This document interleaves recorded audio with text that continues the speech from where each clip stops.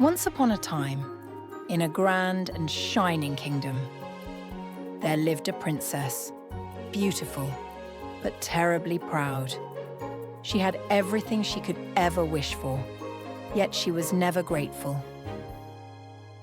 She looked down on everyone around her, even the kind castle servants. If a maid made a mistake, she would snap, "Can't you do anything right?" The people whispered sadly, "She is lovely, but her heart has grown cold." Little did she know, a lesson was coming that would change her forever. Princes came from faraway lands to ask for her hand in marriage. But she laughed at each one. This one is too fat. This one is too short. And when a gentle, handsome king stood before her with a beard that had a charming point, she laughed loudly. Ha!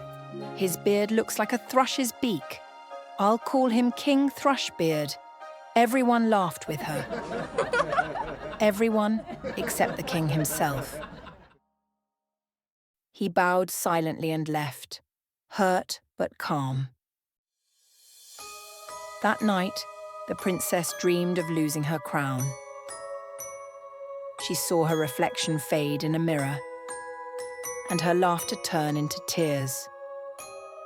She woke trembling, but brushed it off. The next morning, her father, the old king, said sternly, "My daughter, you have mocked good men for too long. You shall marry the very next man who comes to our gate, even if he is a beggar." The princess gasped, thinking he was joking. But soon after, a poor musician arrived, singing softly under the window. The king called him in and said, "You shall marry my daughter." The princess cried, "Father, please," but her father's word was law. The wedding was held that very day. Afterward, the old king said gently, "You must go and live as your husband lives."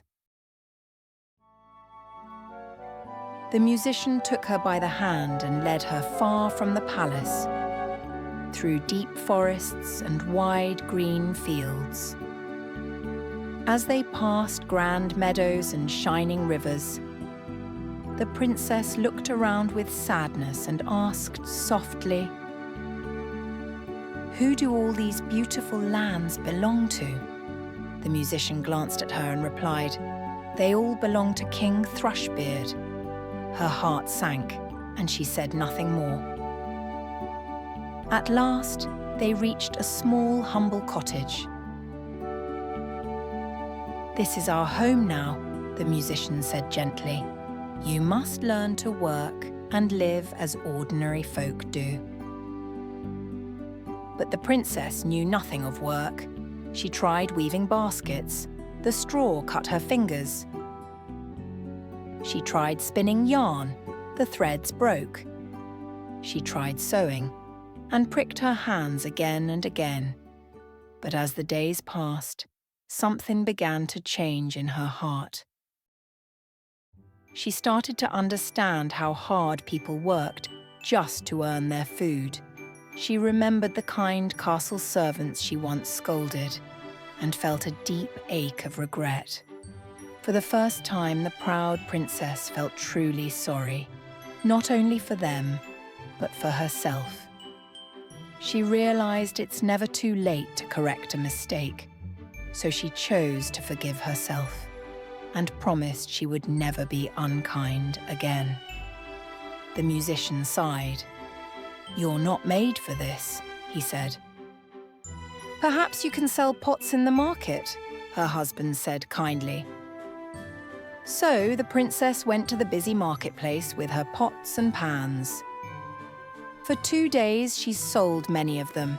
She smiled kindly at everyone, and people liked her very much. She felt good helping others and seeing them happy.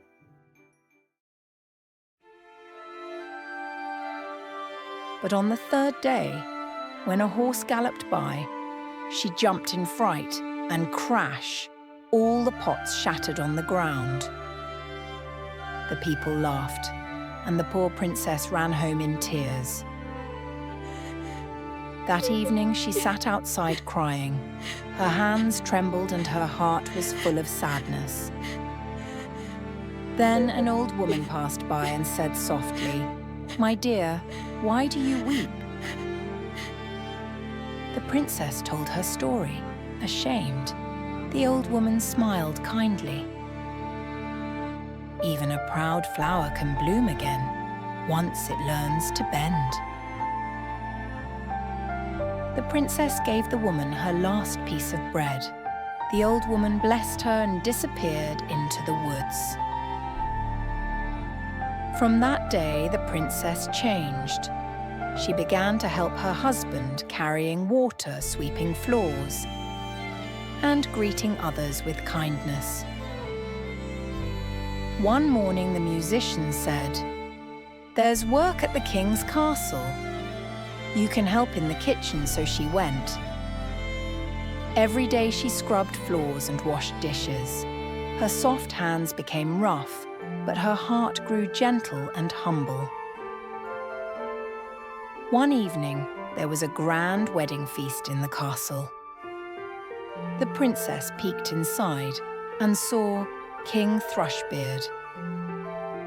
Her heart ached. She remembered how cruelly she had mocked him. She turned to leave, but slipped and spilled soup all over herself. Everyone laughed. She fled the hall, tears streaming down her face. Then a gentle voice called after her, "Do you not recognize me?" She turned, and there stood her husband.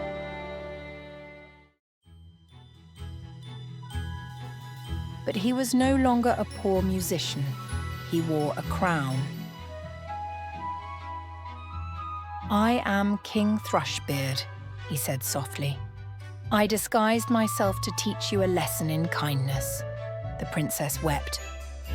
"Oh, my lord," she cried, "I was foolish and proud.